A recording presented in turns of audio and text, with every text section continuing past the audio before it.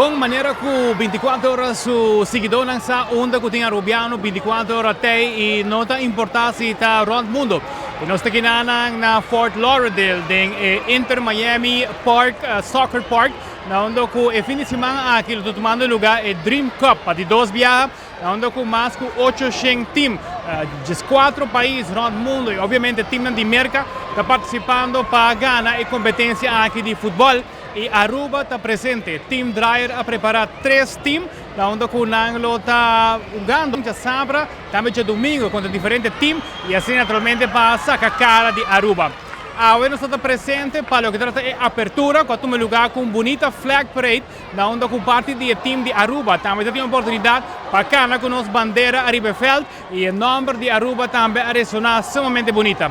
Hoje tem jogo só, time de Merca contra o time de México está jogando e já sábado e já domingo todo outro time está batalhando contra outro.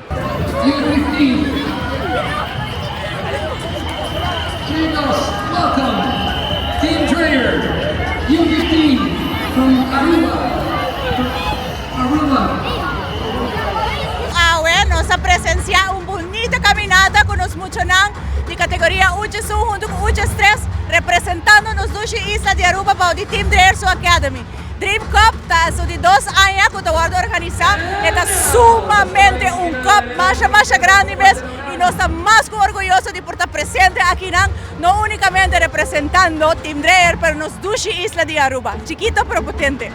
Nos tiene 3 categorías, U9 de más chiquito, U1, U3 junto con U5. Nos tiene un total de 45 muchos de Team Dreyer participando, junto con 6 staff que directamente fuera de Aruba. Nos va a turco con ánimo, corazón y hopi gana. Nos podrá presenciar países como Jamaica, México, United States presente ahora en el torneo aquí. Sí, los mayores de esta llamada apoyándonos mucho, prácticamente todo mucho pico mayor quedando juntos y pues hasta ese bonito evento aquí. Voor de InterMiami Park aqui na Fort Lauderdale, a Mark Benson Dance para 24horas.com.